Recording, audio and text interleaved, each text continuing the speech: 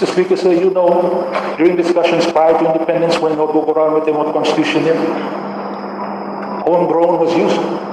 This is homegrown. The word homegrown has been used, sometimes we feel misused. Because we all know the systems that we have are already set.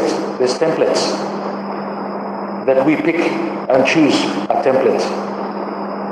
It's part of the system that we are in, sovereign governments.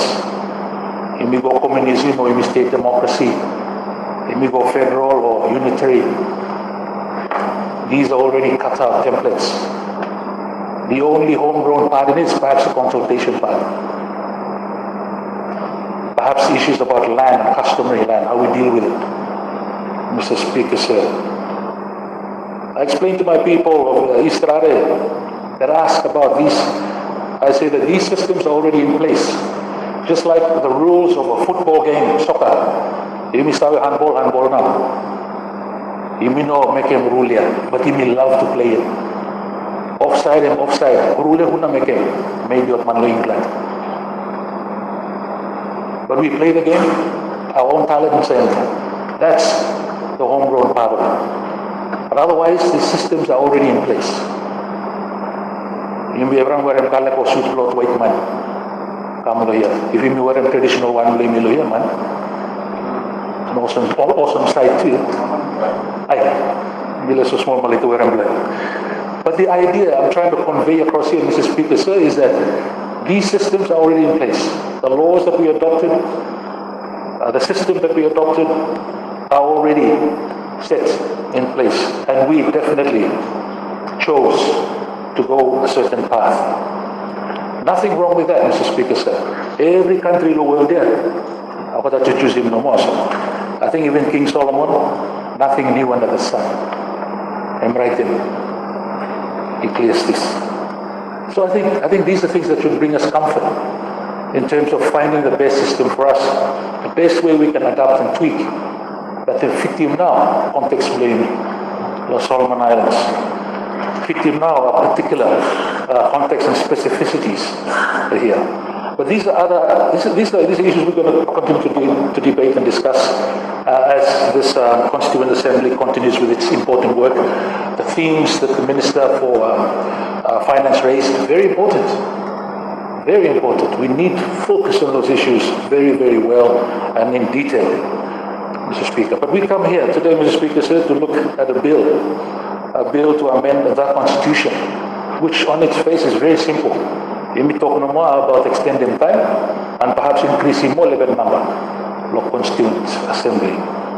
Very simple bill on the face of it. But the impact it has is quite profound.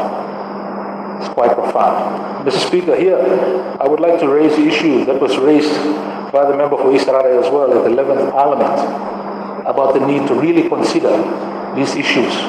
My recollection was that this bill that we're now trying to amend again was really pushed and rushed at the end of the last 11th Parliament.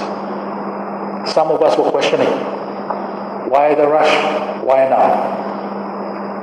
Hoping that we don't use constitutional amendments for our own narrow political agendas, knowing full well there was elections coming. I myself have raised this, Mr. Speaker, sir. Very concerned about this.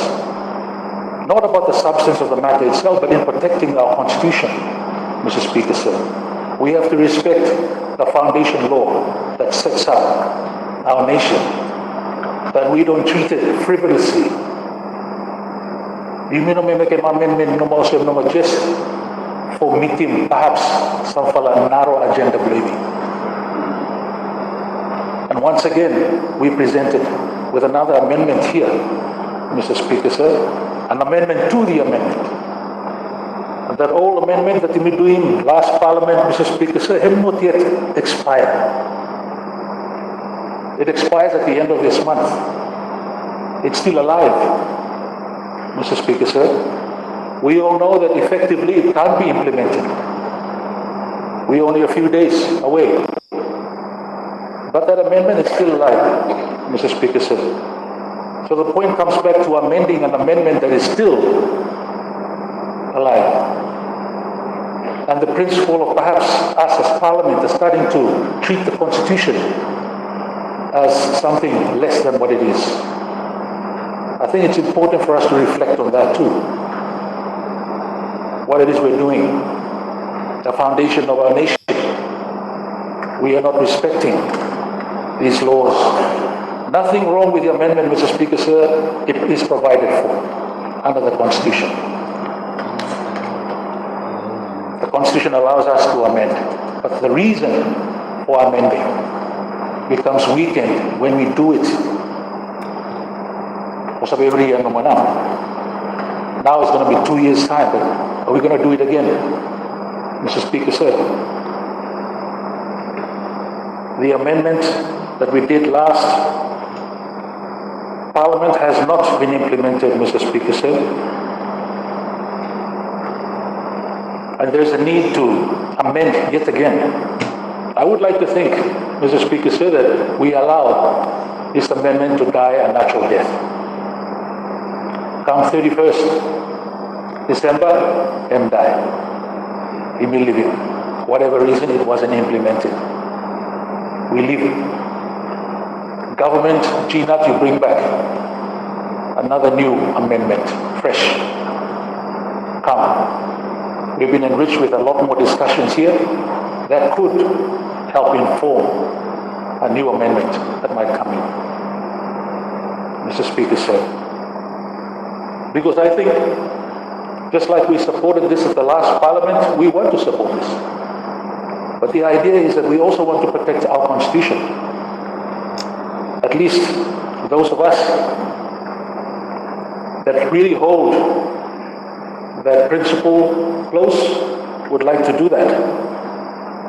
And we should not treat our Constitution frivolously by continuously amending it, setting deadlines that for whatever reason, for administrative reasons, cannot be met. These are issues, Mr. Speaker, sir, that weighs heavy, and it should weigh heavy on all of us as legislators. Those of us that make the law, those of us who speak on behalf of our people, who also respect our Constitution, Mr. Speaker, sir. Our inability to implement is an administrative matter. I think that is very clear. And in a way, it reflects us, parliamentary failure. All of us who voted, we failed. We failed.